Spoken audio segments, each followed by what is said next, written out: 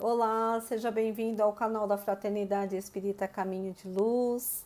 Que a paz do nosso Mestre Jesus possa nos envolver agora e sempre.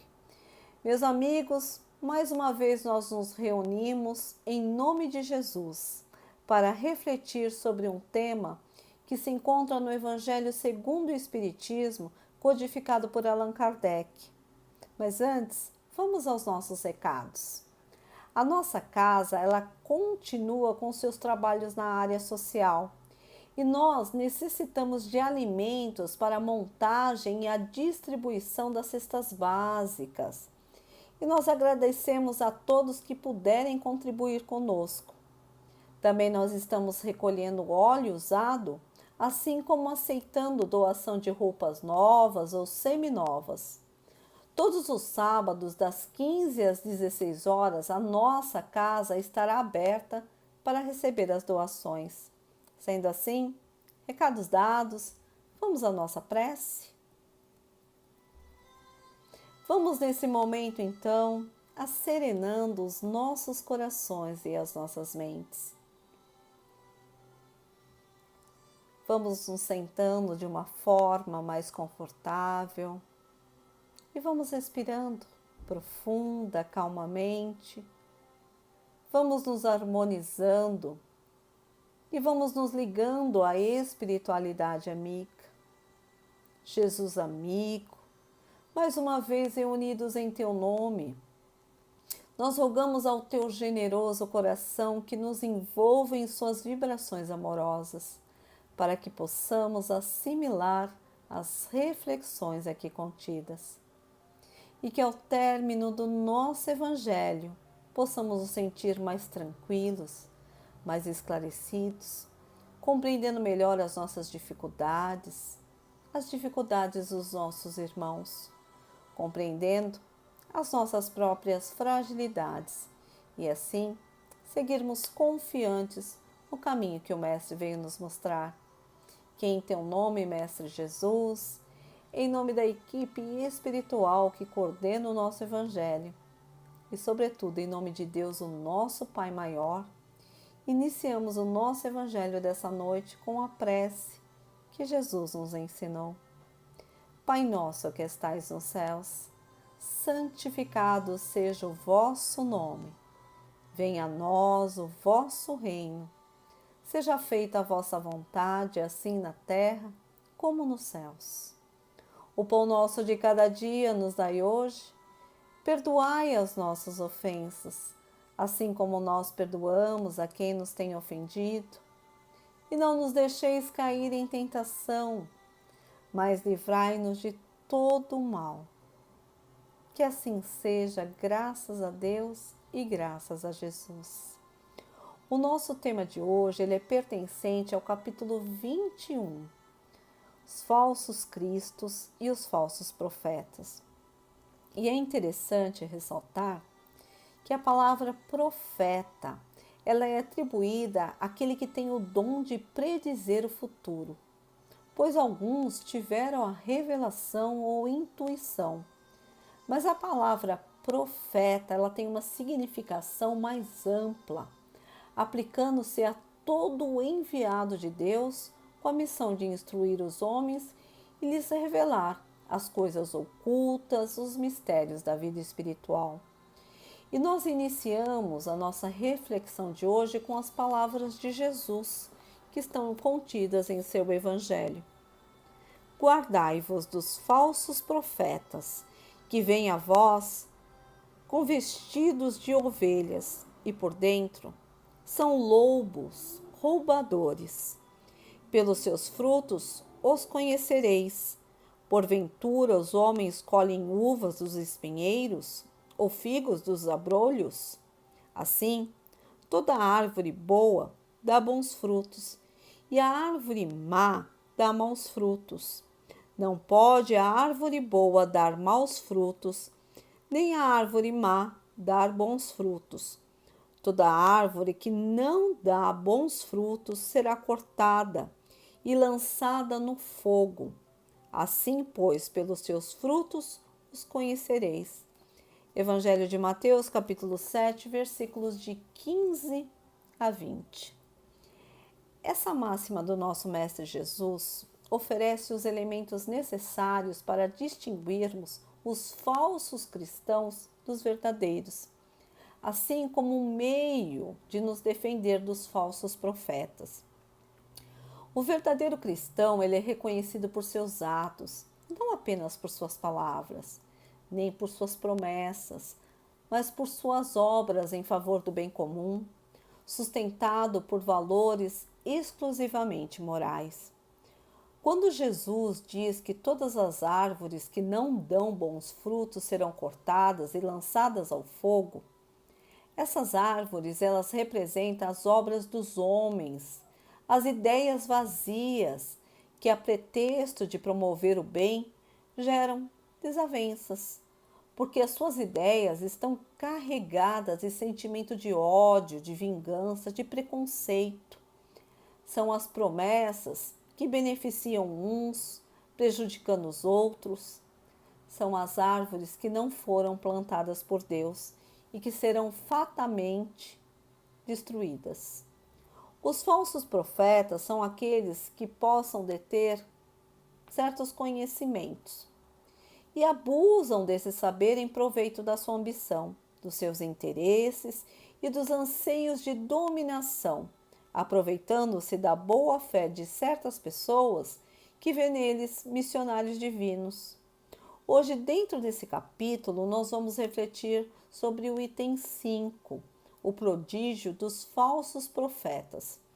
E essa mensagem a qual nós iremos refletir, ela vem do próprio codificador da doutrina espírita, Allan Kardec, que faz referência às palavras de Jesus contidas no Evangelho de Mateus e de Marcos, que diz: porque se levantarão falsos cristos e falsos profetas que farão grandes prodígios e sinais espantosos para enganarem até mesmo os escolhidos. A palavra prodígio quer dizer coisa ou fato extraordinário, maravilha, milagre, acontecimento que é ou parece estar em contradição com as leis da natureza.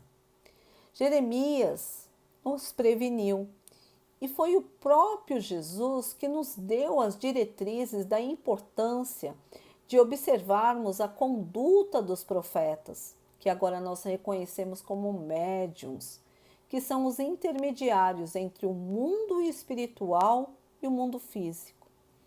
Antigamente, nas religiões politeístas, que acreditavam em vários deuses, os médiuns eram também chamados de magos, de pitonisas, de sibilas, de bruxas e feiticeiras.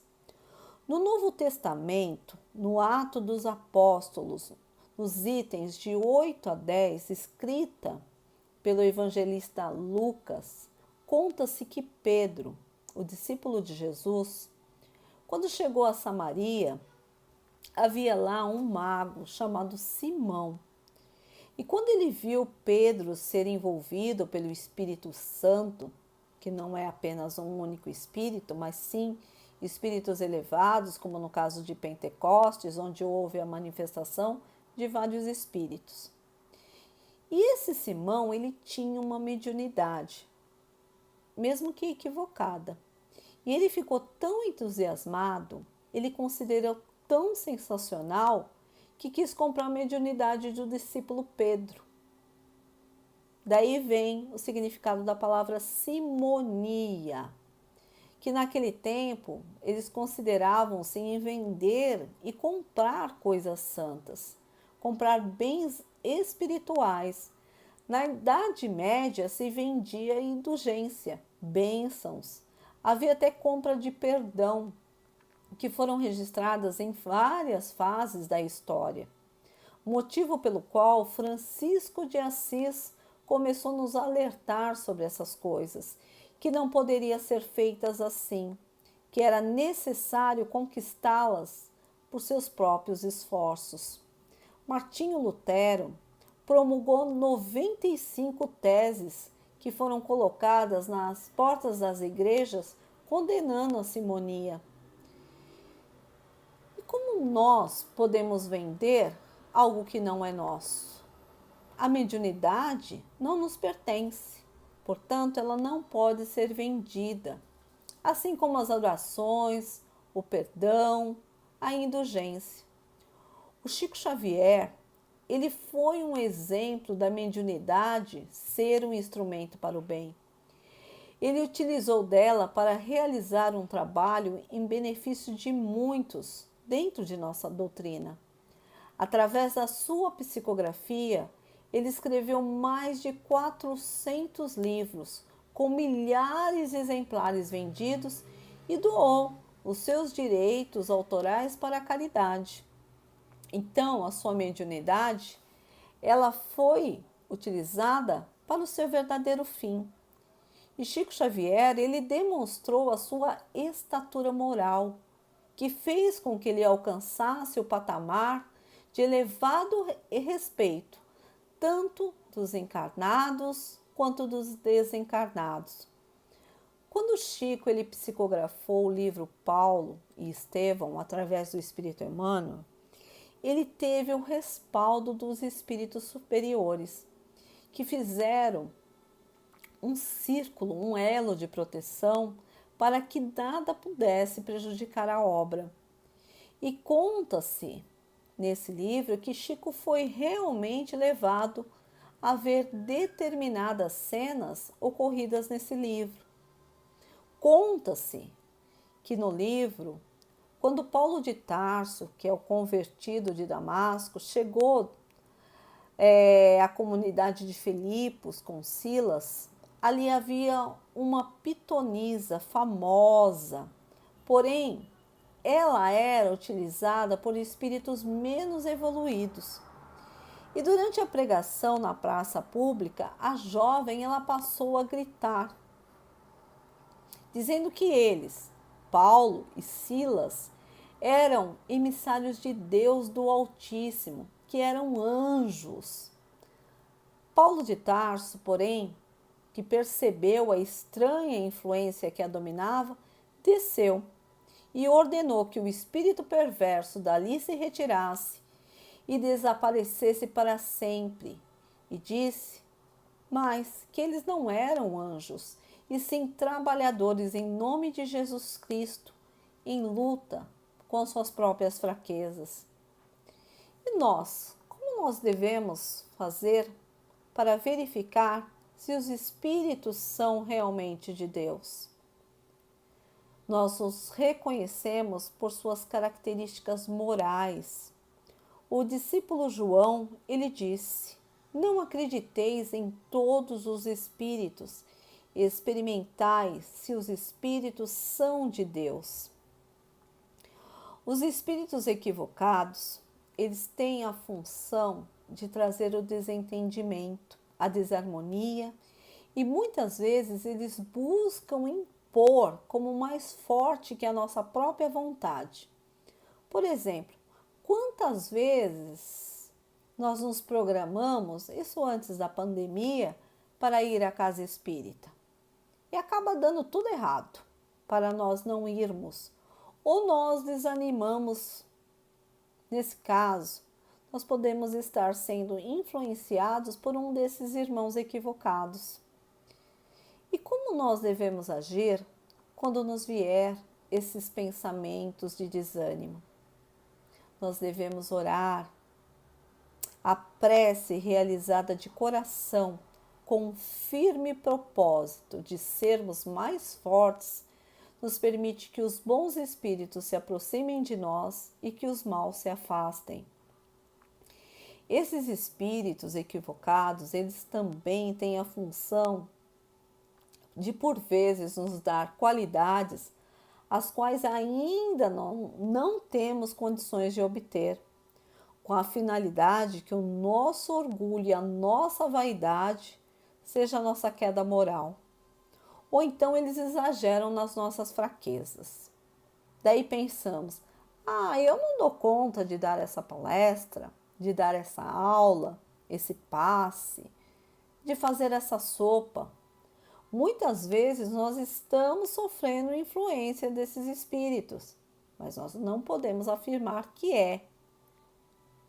Mas nós somos espíritos ainda imperfeitos e nós nos sintonizamos com aqueles que possuem o mesmo padrão vibratório que o nosso. Esses lançam a desunião, muitas vezes em nossos lares, em nossos trabalhos realizados na casa espírita, quando nós passamos a reparar apenas nos pontos negativos dos nossos companheiros de ideal espírita. E esses espíritos buscam nos confundir, disfarçam a realidade e distorcem a verdade. Por isso a importância de aprender a observar os nossos pensamentos. Nós devemos ser vigilantes em nossos pensamentos, pois são através deles que as nossas ações são desencadeadas. Por um minuto de descuido, de invigilância, nós podemos criar situações graves que trarão consequências nefastas para nós por muitos séculos, pois nós somos espíritos eternos. E tão recomendado orai e vigiai, eles devem estar sempre aliados à disciplina. A disciplina do silêncio, necessária dentro de uma casa espírita.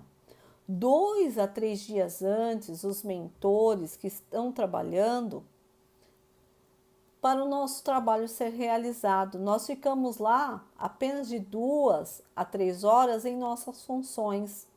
E os amigos da espiritualidade ali estão aliados conosco. E após o término do nosso trabalho, eles lá continuam, recolhendo os nossos irmãos que ali foram conduzidos a eles. Gente, o Centro Espírita é ao mesmo tempo escola e o hospital. Por isso a importância de nossa postura, do nosso discernimento. Por isso, principalmente aos médios, a importância dos estudos da doutrina espírita, aliada aos ensinamentos do nosso Mestre Jesus, para não corrermos o risco de sermos nós os falsos cristos e os falsos profetas.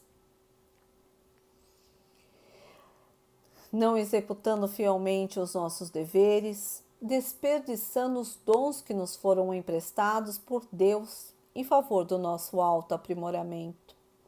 Toda vez que nós olvidamos das nossas obrigações de solidariedade para com os nossos semelhantes que prejudicamos, o serviço que nos cabe, que fugimos aos nossos testemunhos de humildade, que oprimimos as criaturas inferiores, nós estamos sendo os falsos cristos e os falsos profetas do ideal superior que nós abraçamos com o Cristo. Lembrando que a mediunidade, ela não é um privilégio dos trabalhadores do movimento espírita. Há médiuns em todas as religiões. Lutero, ele ouvia vozes do mundo espiritual. Teresa d'Ávila relatou visões de outros planos.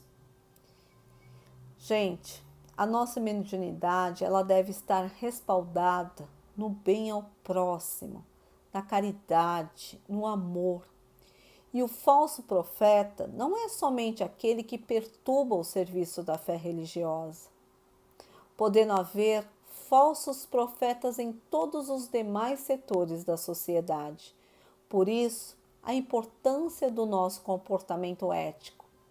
Essas pessoas que publicam notícias falsas, as fake news, são falsos profetas, pois querem plantar somente a discórdia. Na maledicência, nós somos os profetas, os falsos profetas da fraternidade. Aqueles que vendem um abacaxi estragado, disfarçando o seu aspecto para enganar, aqueles que mascaram uma comida vencida, o advogado que faz uma petição, mesmo sabendo que não é correspondente à sua área, apenas visando o aspecto econômico, o médico que atende fora da sua especialização, os engenheiros que assumem obras que não são habilitados para tal área também. Todos nós que ludibriamos o próximo, agimos como os falsos cristos e os falsos profetas. Nós não devemos esquecer que a caridade, ela deve ser o nosso maior objetivo. E um dia, nós seremos chamados à prestação de conta dos talentos e dos favores que hoje desfrutamos, para resgatar o dia de ontem e santificar o dia de amanhã. Por isso, espíritas, amai-vos e instruir-vos. Quando nós realmente amamos, nós somos capazes de realizar a caridade. E quando nós nos instruímos, nós não somos enganados. E, portanto, nós não enganamos as demais pessoas. Sendo assim, vamos aproveitar os ensinamentos que nos foram trazidos hoje através da doutrina espírita, que nos esclarece, que nos fortalece, que nos equilibra, que nos mostra a verdadeira condição ainda de ser imperfeito que aqui nos encontramos para o nosso aprendizado, para o nosso crescimento, para o nosso autoaprimoramento. Então vamos aproveitar todas as oportunidades para fazer sempre o melhor. Não só o melhor em nós, mas também com as demais pessoas. E vamos observar se, além de sermos influenciados por esses nossos irmãos ainda equivocados, se não somos nós, com as nossas atitudes, que não estamos buscando na terra ser os falsos cristos, os falsos profetas. Prestemos atenção, hajamos sempre no bem. Vamos buscar perpetuar o amor de Jesus, mas retirando o aspecto de milagres, o aspecto de mistério. A doutrina espírita, ela veio desde o século XIX a nos esclarecer, a nos trazer a razão, a lógica, o raciocínio. E ela nos mostra determinadas condições e só os lobos cairão nas armadilhas dos lobos. Os demais, com seu entendimento, com a busca pela compreensão, poderão assimilar melhor e poderão perceber aqueles que estão agindo no bem e a quem eles devem seguir, que é o guia, o modelo, que foi destinado à Terra, o nosso Mestre Jesus. Então, meus amigos, observemos, quando encontrarmos com pessoas que podem estar falando em nome de Deus, mas as suas atuações não correspondem às suas palavras, vamos buscar o fazer compreender e lhe trazer um entendimento através do nosso próprio exemplo. Afinal, o Evangelho, ele não é feito para aplicarmos nos outros, mas sim em nós. Então, busquemos, toda vez que nós depararmos com essas pessoas, através do nosso próprio exemplo, trazer o equilíbrio a essa pessoa, trazer a razão, para que um dia ela possa deixar de lado todo o seu pensamento egoísta e realmente começar a pensar no próximo e também se auxiliar. Por isso, gente, nós falamos da importância do Evangelho no lar. Como ele ser realizado? Ele é fácil. Pode ser realizado uma vez por semana em nossas casas, reunindo os nossos familiares que estão sob o mesmo teto que nós, ou também nós podemos realizar o Evangelho sozinhos. E nós começamos com uma prece espontânea. Para iniciar o estudo, nós lemos um trecho do Evangelho segundo o Espiritismo. De preferência, nós devemos ler os capítulos em sequência, começando do prefácio e avançando semanalmente ou abrir o acaso. A leitura ela deve ser breve, para que possamos entender aos poucos o ensinamento. Peça aos seus familiares que comentem também sobre o trecho lido. Caso você esteja sozinho, faça você mesmo os comentários. E nós podemos também utilizar de livros com mensagens edificantes, sempre voltadas aos ensinamentos do Cristo. E para melhor compreensão das crianças, já existem livros apropriados à realização do Evangelho. Após a leitura, os comentários, nós fazemos as nossas vibrações. Lembrando que vibrar é desejar os nossos melhores pensamentos e os nossos melhores sentimentos em favor daqueles que necessitam. Então vamos aproveitar esse instante e também realizar as nossas vibrações. Vamos nesse momento, então, mais uma vez, mentalizando a figura meiga do nosso Mestre Jesus. Vamos imaginando que a sua luz, que resplandece do seu coração, chega até nós, penetra em nossas mentes, através dos nossos centros de força e vai realizando uma limpeza fluídica, retirando miasmas, fluidos mais densos de todos os nossos centros de forças. Vai nos retirando de nossa mente pensamentos negativos, de insegurança, de medo, de descrença. E vai nos incitando ao amor, à esperança, à coragem e ao bom ânimo. Essas luzes que são espargidas por todo o nosso organismo através dos nossos centros de força, ela vai reequilibrando, harmonizando a cada um deles. E nesse momento, todas as células do nosso corpo vibram a luz do nosso Mestre Jesus. E assim, nós nos colocamos à disposição da espiritualidade para doar também o que há de melhor em nós. Nesse momento, então, mais uma vez, vamos mentalizando essa luz que está sendo levada aos locais que houver maior necessidade. E vamos mentalizando essa luz adentrando aos hospitais, aos leitos de dores e trazendo ali o alívio, o conforto, a esperança, a cura física, mental, espiritual. Vamos mentalizando essa luz, banhando a todos aqueles que passam por suas necessidades em orfanatos, em asilos, nas ruas, nos presídios. Vamos mentalizar essa luz do nosso Mestre Jesus envolvendo todo o nosso planeta Terra e que essa luz seja suficientemente forte para iluminar com muito amor e muita justiça a todo o nosso povo e aos seus dirigentes. Vamos mentalizar essa luz adentrando o nosso lar e envolvendo a todos os nossos familiares em esperança, em harmonia, em equilíbrio, em paz. Que eles também possam ter a saúde física, mental e espiritual necessária.